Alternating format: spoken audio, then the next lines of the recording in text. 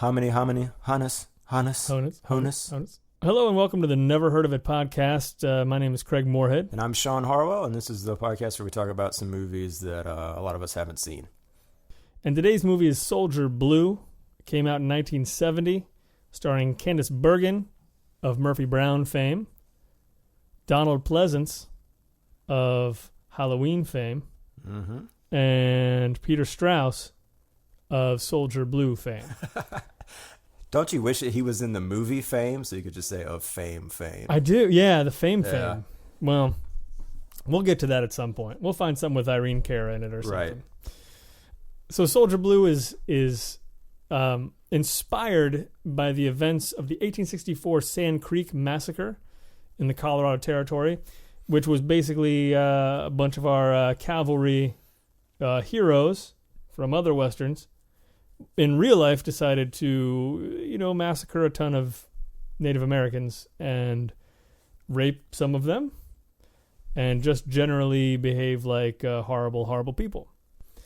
Shawn, you'd never heard of this movie before I mentioned it. What are your thoughts on this now, having seen it? I did my best, as I always try to do, to completely stay away from it until I'm sitting on the couch, got the streaming service fired up and ready to rock. And so, yeah, I knew nothing except for I did kind of look at the little thumbnail poster and saw, Candace Bergen is in this. This could be interesting.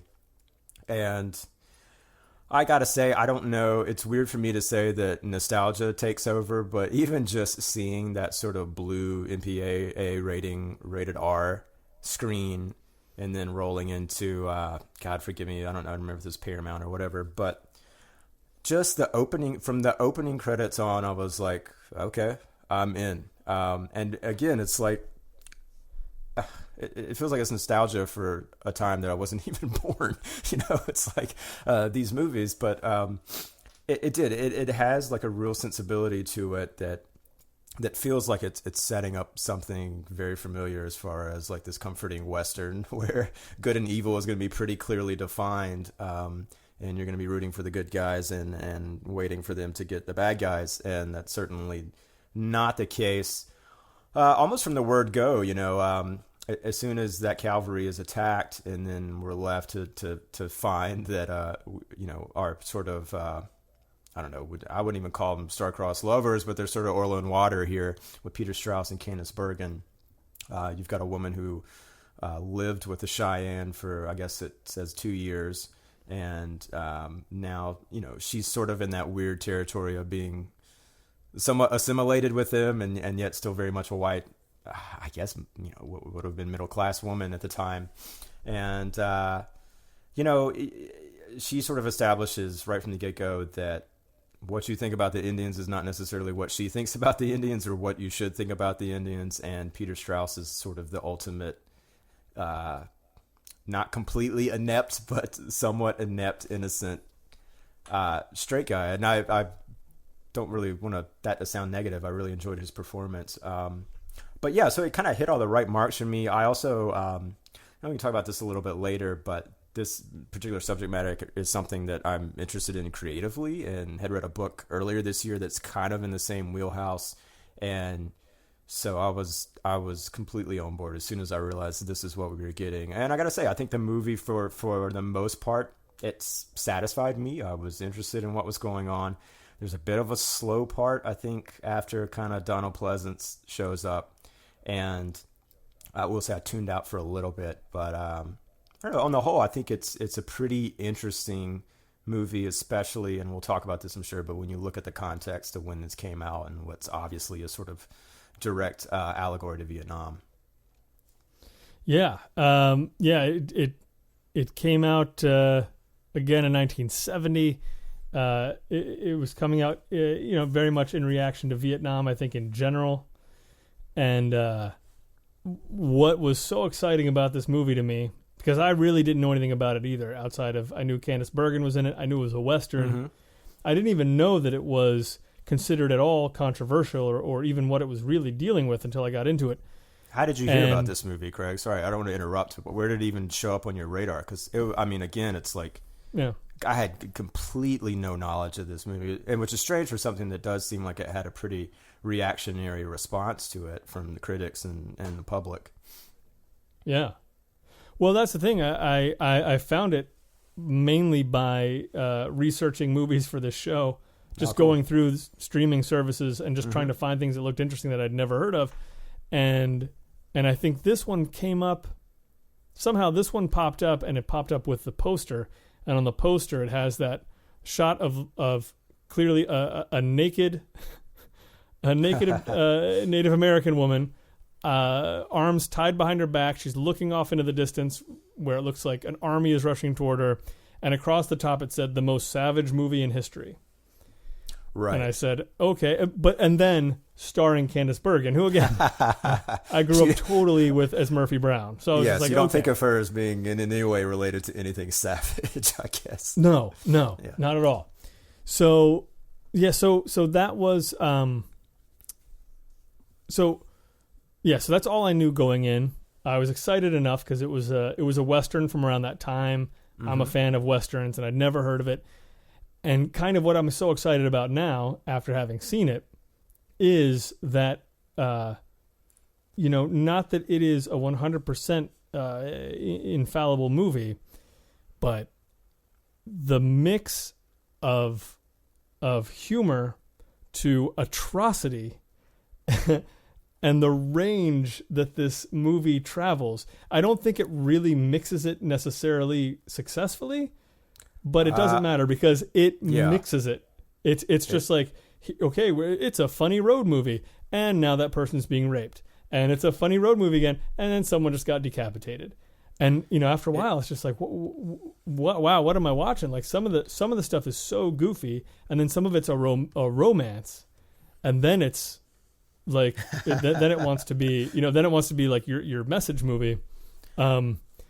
And yeah, like it's not like it follows one tone and it finds this amazing tone where all that stuff holds together. But that's part of what I really liked about it, because it would just throw everything at you. So yeah, I think you're absolutely right. It's not necessarily a tone, but it does feel like there's an umbrella here where all this stuff safely fits underneath. And I think a lot of this is really driven by Candace Bergen. And I read another review that was sort of comparing her relationship with Peter Strauss in this movie to somewhat like, it's like watching Bogart and Katharine Hepburn in The African Queen, where it's like, okay, you've seen this before where these two people are definitely not on the same wavelength, not on the same pole of their take on the situation, and yet you sort of know that they're going to have somewhat of a relationship, a romantic relationship.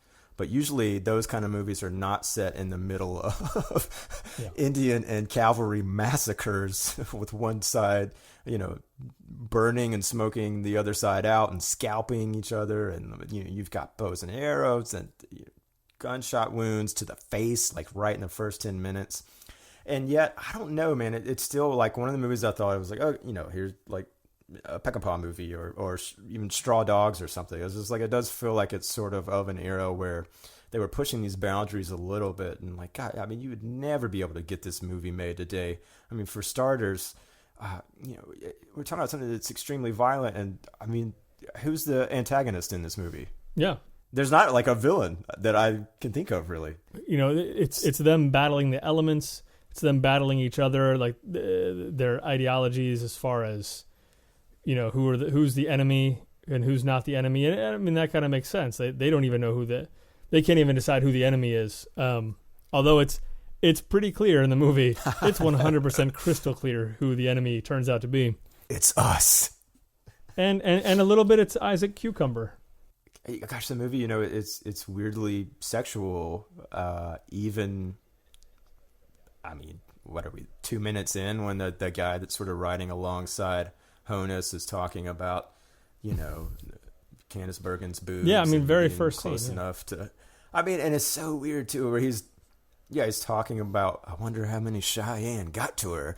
And like, doesn't that kind of turn you on? It's like, oh, this is what we're in for. Okay. That is somewhat of a feminist take and a historical perspective on this, where, these women that were kind of usually, and I don't even know how crystal clear this was in this particular movie, but like usually, yeah, there are certainly stories of white women that were abducted in Indian raids, and later they can either assimilate or just they're basically forced to assimilate to survive, and they get returned to the white world by either rescue or whatever means, and then suddenly the white dudes don't want them. They think they're tainted and all this stuff, and this was.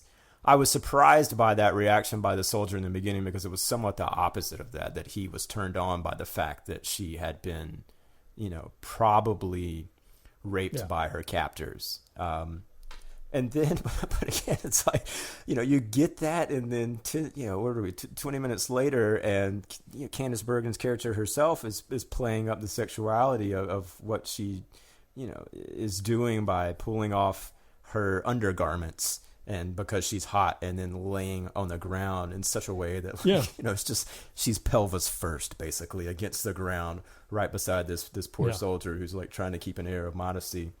And that, again, like it only snowballs from there with some of that stuff.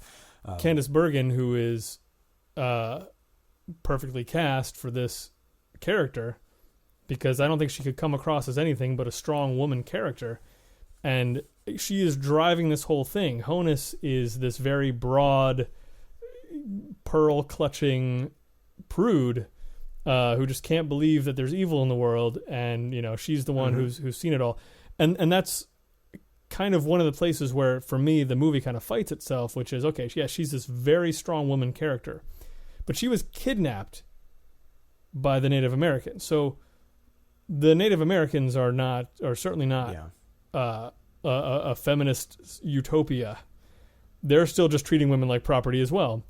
And then she goes back to them, and it's like, no, they're great. Yes. It's like, but come on, they kidnapped you. They treated you like a piece of meat.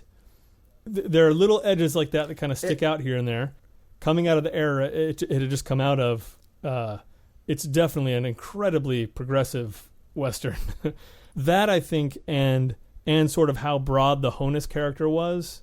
But yeah, I mean, if you're looking at this as a message movie, which it sort of wants to be by the end of this thing, I mean, in that last, final moments, which we can talk about, but I think you're going to come away with a fairly muddled take from this thing, and actually I was reading what Roger Ebert had to say about this thing. He brings up a really good point too, which is something I think, we're still seeing modern movies learn how to deal with.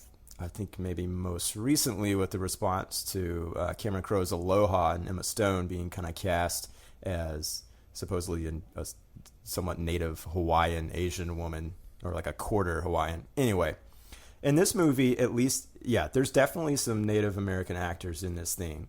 But for a movie that is so gung-ho about pointing out the atrocities of the white man at the Native American expense, to the point where Candace Bergen even says, like, who do you think the Native Americans learned how to scalp from, right? You've got all this, and yet I couldn't tell you a Native American character's name. I don't think there's more than like two speaking lines for any of them. And, Roger Ebert had this great thing that he said that, for all this is like they somehow find a way to not get close to the camera, and the hero in these movies still kinds of end up being white, right? Which is somewhat the same case here. It's like, Candace Bergen is kind of like the savior of these people, which, again, that's muddling the message, but I'm with you. Like, it's still, it fails, I guess, on that regard, but I think at least it's raising the issue. At least it's kind of positing something that's a counter argument to what we've heard for so long. And I don't know. I think it's unfortunate that this movie has somewhat kind of fallen off the radar, at least for probably a lot of modern dudes like us who watch a lot of movies and still had never heard of this thing. It's unfortunate. I think it should be seen.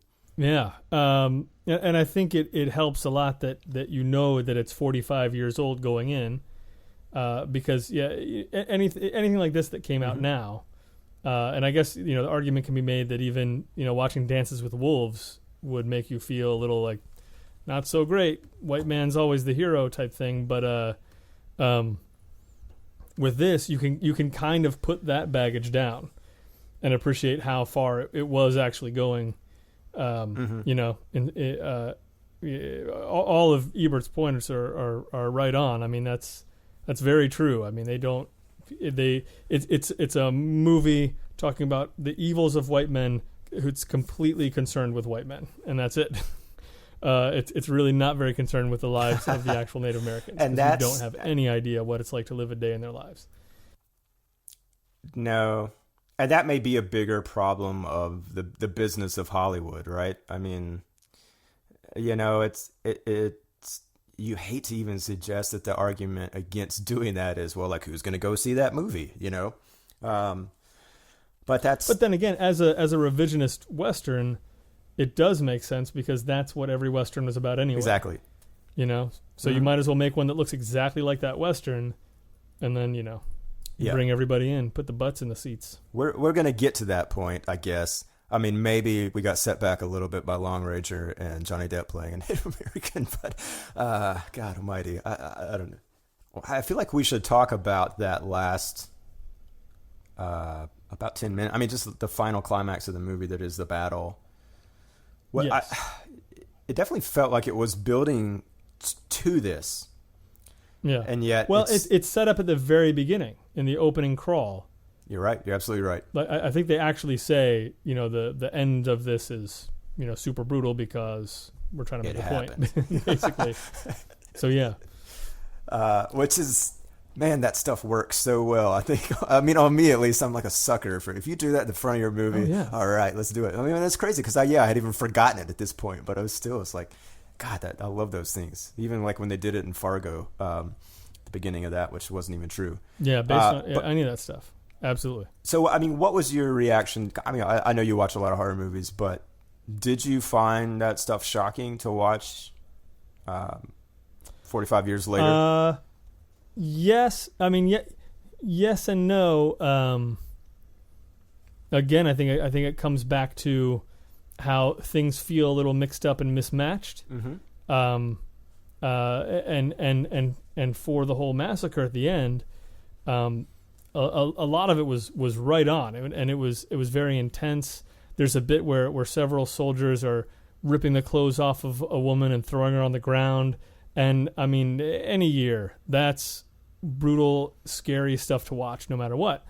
And then you have other bits that are completely unrealistic and take you out of it. Right. The blood is like the red paint blood from that time. Yep. Someone gets decapitated and it's clearly a dummy with a head. Yeah. You know, I mean, couldn't be more clear. And it's the kind of stuff you just forgive, but at the same time, it doesn't kind of keep you in its grip the entire time. The way, say, like the beginning of Saving Private Ryan would, where not for a second do you think that you're not actually watching what happened.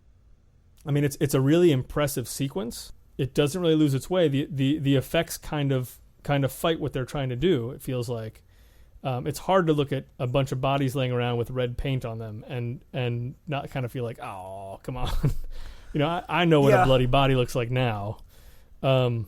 Yes, you do. But it's still very effective. I thought the vomit at the end was very realistic. So I can't say that everything wasn't right. I wasn't even, and they went really far, a lot farther with the gore than I thought they would. I think a kid gets his eyeball shot out. Oh my God, yeah. There's boobs getting cut off and all kinds of stuff. The general is going to shoot a kid whose leg was just blown off. Like it's mean and it's definitely sickening and very dark at the end. Even though the visuals don't necessarily quite transport you, you know, in the way that we would expect them now. You're right. Yeah, I think there's also little subtle differences just even in some of the performances from those cavalry guys. I mean, I remember specifically there's that one shot where they're holding down the woman, I think, and then just blasting off shots at all the kids. Or I guess they're holding Candace Bergen. Anyway, you can just you don't even get to see all of their face, but there's like 2 or 3 guys there, and you can just, and they're smirking, like laughing, like almost, to me, like that totally could have happened. It feels somewhat cartoonish to me in 2015 to have your bad guys be that bad that they're laughing at doing something like that, you know?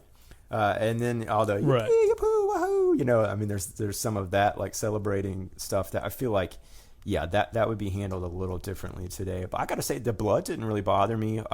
And boy, there's some really impressive stunt work, I think, in this movie, and all the horse. I mean, there were so many instances like, oh my God, they're gonna get ran over by all these horses! Like, get out of the way! I mean, there's some really, and part of that, I'm sure, is just the way they position the camera. And part of it might have been because regulations were a lot looser back then. Yeah, especially with animals. But yeah, they really went for it. There wasn't a lot of, they weren't pulling their punches. Yeah, and it looked good. There was even very early on, I think, in the opening battle where you've got Candace Bergen kind of rocking around and jumping here and there and getting out of the way, and I'm sure those were stunt doubles. They looked pretty convincing. All that stuff, I don't know.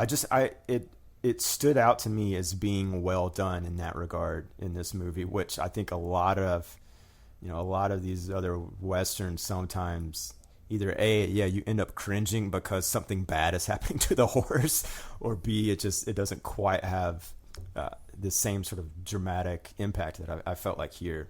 So I tip my hat to that stuff. I mean, I thought there was just generally speaking, the action was really well shot. It didn't feel like completely static.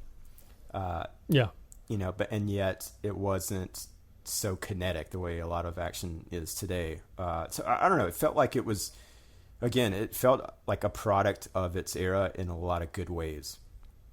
Yeah. It felt like a step forward. It felt like you could see movies taking a bit of a step forward right there. Yeah.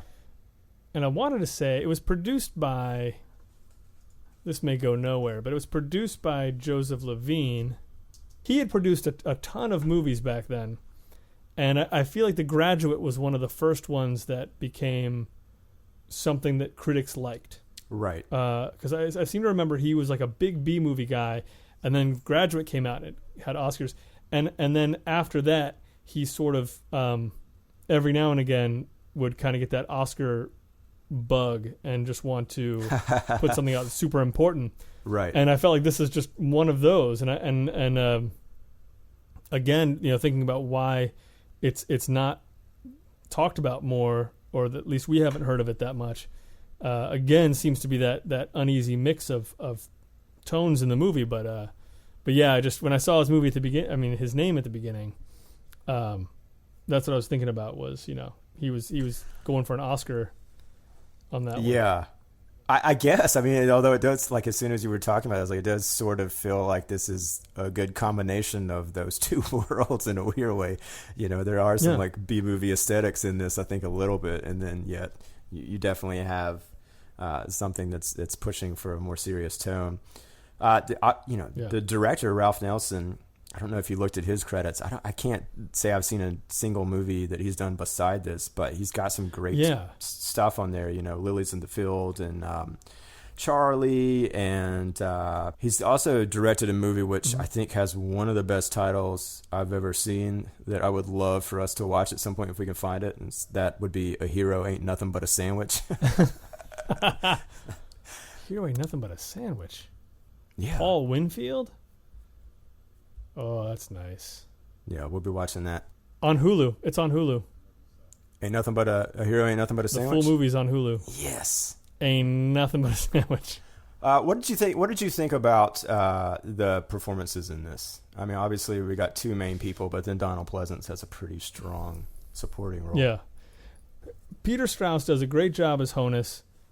Totally agree. And by the way, Honus, the name Honus, you grew up in Ohio, right?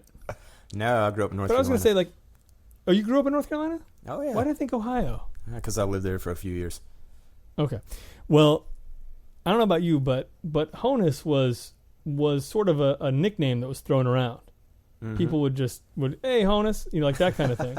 I've never heard it as an actual name, so I couldn't get over it the whole time I'm watching this. Like, Honus to me is just how was really it used as a nickname? I mean, nickname. was that generally a positive thing or a compliment? No, it's like, hey, bro. Hey, Honus. Honus. It was never like bad. It was just like a thing that people said. No, Honus. That I mean, always struck me as funny back then. Honus, I don't know. Anyway. Mm-hmm. But so Peter Strauss does a great job as Honus. He's clearly comic relief, at least at the beginning. But he's also... I feel like everybody was pretty steady with what they were doing. I mean, Candace Bergen is super tough. Donald Pleasance comes in, and he's just an utter clown. He's bizarre. The voice, the teeth. Yeah, and maybe there's a point I'm missing because... And maybe maybe he's kind of the key to it. Because he comes in, he's nothing but a joke. Right. But then he also turns out to be one of the scariest characters. Yeah. He's an arms dealer to the Native Americans, right? Yeah. So yeah, I mean, something's off with him anyway, but he's also he gives the movie a good jolt of comedy, and then he turns out to be, pretty scary. Right. I definitely enjoyed seeing him in this thing, even though I'm with you. It felt like a slight deviation from the main plot. But I thought, Peter, just to go back to Peter Strauss for a second, he's comedic relief, but then he also, in a weird way, I mean, he's probably the closest you're getting to being in the eyes of the audience. He's the character that's probably going to represent our moral compass to a large degree, even if you put aside the fact that he's completely biased against Native Americans from the start. What he is more deeply affected by what he's seeing in a way that I think the rest of us would respond to if we were put in that situation.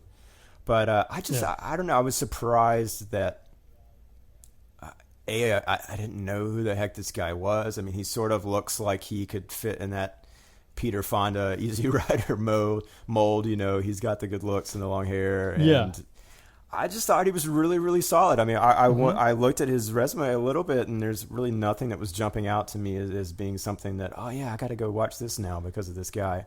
But I would certainly be open to. Same here. Yeah, I figured I was going to find a bunch of stuff, and I didn't. Yeah. Yeah. I mean, but he's been working solidly.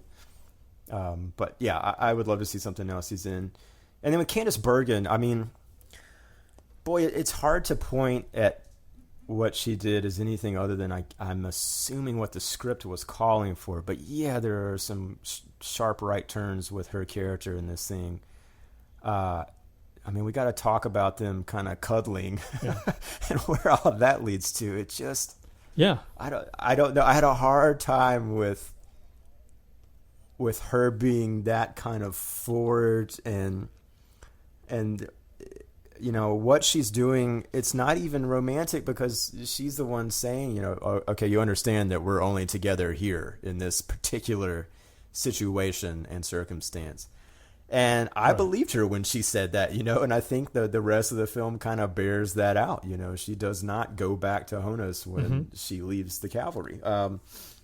So I don't know. It's interesting to watch this in light of Murphy Brown because you can see, obviously, like, she's great at that type of character. I mean, she's cursing like a sailor in this thing and clearly saying lines that would not probably have been spoken by anybody back then. Maybe the crustiest of dudes might have uttered some of, I wrote down at one point, she just yells out the word balls, which was great. But I feel like nobody's saying that in the 1800s, are they? Maybe. I don't know. But I'm glad she did. Glad she did. And then, I don't know. I mean, did you have a good sort of handle on what like the sort of sexual compass of her character was? No. Should we? If anything, are we supposed to? Does it matter? I don't know. Well, I mean, I don't know.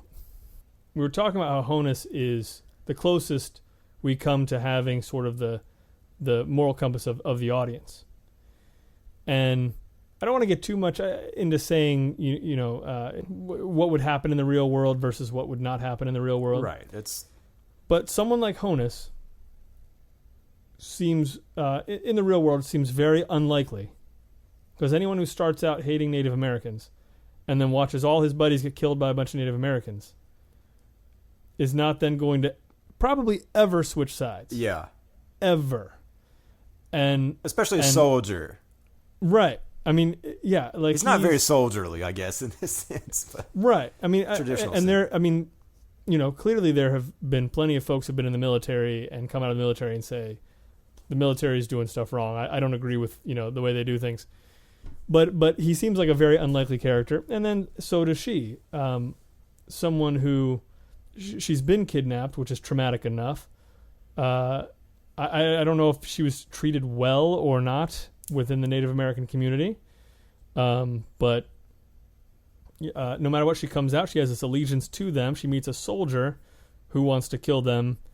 I feel like these two are not going to stay together long. There's a lot of suspension of disbelief right off the bat.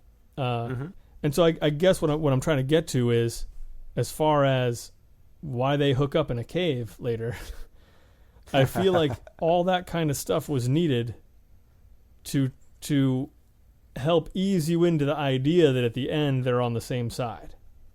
Like, I feel like it was kind of a shorthand in a way. Yeah, I think you're right. He did it. He did it partially because there's this girl that he is quote unquote in love with now, which you would not be in love with someone after going through all that stuff. You might have very strong feelings for them, and you would have a shared experience that would be insane. But it's kind of like Speed, where you had this crazy day, but you're not in love, as is proven by Speed 2. She's not even with Keanu anymore, right?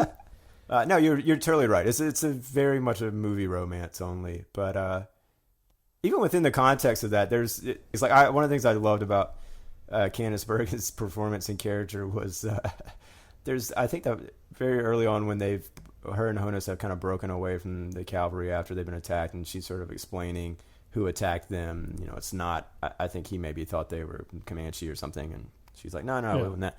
And she's like, it was Spotted Wolf, and he's like, well, how do you know that? She's like, I was married to him. I mean, like the way she delivers that line, it's like she's thinking about it very fondly, and it's just like, oh, that's so cool, because it definitely complicates the situation there. And like, what would be your response as a dude hearing a woman say that after this has just happened? So it is very much a fictionalized romance. I think all the sexual situations are pretty fictionalized as far as anything that would happen in any form of reality. But man, again, it worked. I don't know what to say. Yeah. Like, I don't have a better excuse for it than that. It just kind of worked for me. It definitely worked, and especially at the time, it may have even been that much more necessary to do it that way to have the impact it was going to have. I mean, if you had Native Americans who were both good and bad, and your cavalry was both good and bad, then that movie probably would have felt a little bit soft, Like, you probably wouldn't have known where you were in it. The whole point was the bad guys are now the good guys are the bad guys. And let us blow your mind for 2 hours. So yeah, and a really interesting sort of case study in how to take, I don't know, it's like it went through the buffet and sort of cherry picked which elements of traditional story templates it wanted to take to use to service the whole point of, like, this movie definitely seems like to just have that final 5 minutes, to have that massacre and then have that crawl at the end, So it's really interesting to see that, and I wish it's something I would love to kind of try, and I wish there were probably more avenues available within kind of like the modern business to do this sort of thing. But I don't know, I felt like there was a lot to take away from this movie as someone, interested in writing or whatever you want to do in the film world. But I also just liked hearing Candace Bergen burp. But that's a good question. I mean, thinking about, is there a revisionist movie to be made in any genre? Maybe superheroes, or maybe Watchmen already blew that wad. I don't know. It's tough to imagine. You would not blow my mind by making a movie about a superhero who's a bad guy. Right. Well, yeah, you wouldn't blow my mind to have a slasher movie where the guy who's killing everybody is the good guy. It's and maybe it's just not as simple as switching those two sides. What about Inglourious Basterds? Where do you see something like that, or even Django Unchained kind of fitting into this? Maybe but it's tough. Hard. Yeah, because it's revisionist to the point of it's just fantasy, as far as in regards to the history. Well, what's interesting is I think, especially with Inglourious, is Tarantino's still playing the World War II soldiers, U.S. soldier heroes, essentially. They're definitely way more brutal. But I do think it's pretty tough to have a movie where Nazis are the bad guy, and for you to try and switch it around and say that the U.S. were bad guys. Like, that's no, probably ain't happening. Yeah. Even if there's a U.S. soldier who was really mean to a Nazi, I'm probably not going to feel that bad about it. And Django was a little maybe more interesting on this note, just because I remember distinctly reading that Spike Lee was like, yeah, the history of my ancestors in slavery was not a spaghetti western. Sorry. Like, it's just like, and you had to kind of sympathize with that and understand it. I personally thought the movie was a blast and laughed all the way throughout, but it's tough to pull that off, because the original thing I was going to bring up was like, maybe the thing to do is to, maybe you do have to go back to further distant history, and that's part of the issue with trying to make a movie that has anything to do with any of the wars that we've been involved in the last 20 years, the difficulty there, and anything even doing with terrorism. I was just say, I would love to see, like, keep revising the Western. I'll go watch those, like, make it happen. Let's, go do a flip on film noir or something, like, set it in the 1700s or whatever the case may be. So you're not going to piss anybody off. And you can kind of get away with being historically inaccurate, or just at least bringing up a different side and questioning what the rhetoric is as far as who are the heroes and who are the villains. Well, but that's the thing. Yeah, I guess to be sort of equivalent to Soldier Blue, it would have to be a superhero movie somehow. It would have to be, here's the most popular genre. Everyone goes to it to see X good guy beat up Y bad guy, and then and you got to twist that somehow that Watchmen didn't already do. And do it as intelligently as Watchmen. Exactly. Good luck. One thing I want to bring up before we move on completely, there is a book, if you're at all interested in like Soldier Blue and just that sort of story of the cowboys versus Indians and the reality of it. Yeah. I read a book earlier this year called The Searchers. It was the making of an American legend by Glenn Frankel. And it was awesome. I kind of thought it would just be sort of by the numbers story of John Ford and John Wayne and how that movie got made, but it really is sort of divided into two halves, and the first half deals exclusively with the history that sort of informed that movie, and specifically it's a well-documented woman named Cynthia Ann Parker who was kidnapped by Comanches that the movie sort of is loosely based on. And oh man, it's awesome. And yeah, it just a brutal period in the world, and it made me appreciate that movie more than I ever have, and also made me appreciate, I think, Soldier Blue a little bit more. So definitely recommend it. Definitely check it out. Yeah. And also, I will. Another thing that we can this is a topic for a whole nother thing, but when you watch something like Soldier Blue, or you look at The Searchers or read this book, and I thought about this after I read it too, and I probably crossed my mind last night as well. It's just so much is made right now about how violent, society is, and gun control and all that stuff and all these problems we have. And yeah, there's a long list of social issues that need addressing that tend to end in violence. When you read something like this or watch something like this, it is very sad and easy to be cynical about the fact that this has been the way our country has been from kind of day one. And will it ever change? I don't know. And is it just something in the germs of what it means to be America that means that we're always going to have a facet of life that is controlled by violence, or set off by violence, or just has violence in it? Again, yeah, it's a good point. I mean, it is, it's sad, but God Almighty, like, yeah, it is, and that's the thing but about that thing. I mean, it's not like you can look back. It's not like you can look back to a point in our history where suddenly we changed into monsters. I think we've always been fighting it. I think they're, I don't know. Hopefully, you could look at it in another way, where just in general society, certainly the way you and I have lived, I assume, has been pretty civilized. Yeah, more or less. Hasn't involved too much traumatic violence, but yeah, no matter what, there's plenty of traumatic violence, and not everyone is living the same experience that we are. Right, and it's definitely not to say that every other country doesn't have their own case examples of this exact same thing, and maybe America's been slightly better about documenting it, eventually, and making movies about it eventually. Well, yeah, and I think that's a good point. Is there is that feeling of how for so long it was completely whitewashed. Right. I mean, so much of this stuff was whitewashed.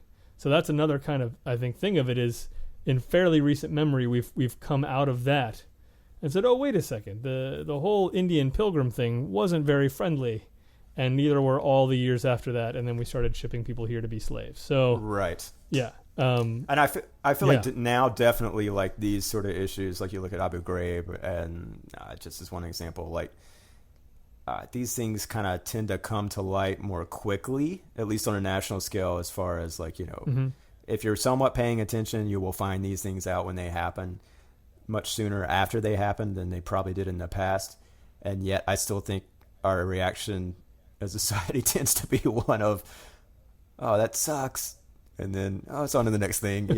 It's like and I don't know, man. Part of that's probably just shocking. Yeah, part of that's human nature. I mean, I think you could look at it. The flip side is like, yeah, but look, we did move on from this. Like, isn't it amazing that this happened? All these terrible, terrible things happened in the Wild West. Scalping people and kidnapping people and all this stuff. And yes, we've made some improvements since then. If you don't even watch this movie, I think you got to go listen to that title song by Buffy St. Marie.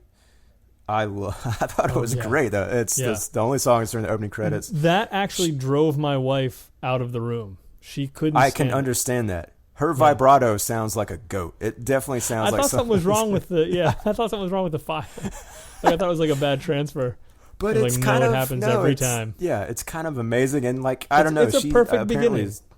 Yeah, and I think it's a great song, and performed really cool, completely unique voice. And I guess she's just been a big Native American activist her entire life, and is still going strong. So good for her. I need to listen to some more of her stuff, but definitely seek that out if you haven't. Now then, Craig. Let's talk about what we're going to watch next, okay? Are you ready? I am ready.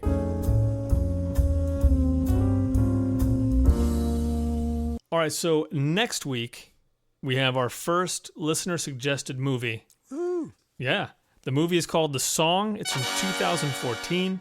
You probably will have to rent it. As of right now, it is not available streaming anywhere, but you can find it almost anywhere. I believe Shawn actually rented it from a grocery store. I did, and I enjoyed the experience. If this does change between now and we're recording this, and when closer to when the episode drops, we'll definitely put up links to Amazon or Netflix or wherever. I know it's on like iTunes, and you can buy it on all these online places. You just can't rent it right now. But check that out, and we'll be talking about that in depth. And I'm sure that's what you're looking for in life. I know it is. Yes. Otherwise, everyone stay safe out there. It's getting cold. It might be snowing. If you go outside, make sure you put chains on your tires. Even if it's not snowing, you're going to want just put chains on your tires now. Unless you have those spiky tires, like those tires that have metal spikes that come out of them. I don't know if those are real, but if they are, you're in good shape. Or just go park downtown until they put a boot on your tire. That's not bad. 4 times. And then drive like they did in The Simpsons or whatever. That will give you traction. Excellent traction for real. So anyway, you can find us online. Never Heard Podcast. You can hit us up on Twitter at Never Podcast. You can hit your enemies with your fists, but we don't recommend it. And I hope you'll hit the iTunes for our podcast next week. Have a good one. Thank you. Bye-bye. I try to just make those as long as I can. I know, yeah, but they're funny though. But we just keep talking, and then like it just gradually fades out. Like, yeah. they just The music comes up, podcast. but then the music goes away, and we're still talking. Cool, man.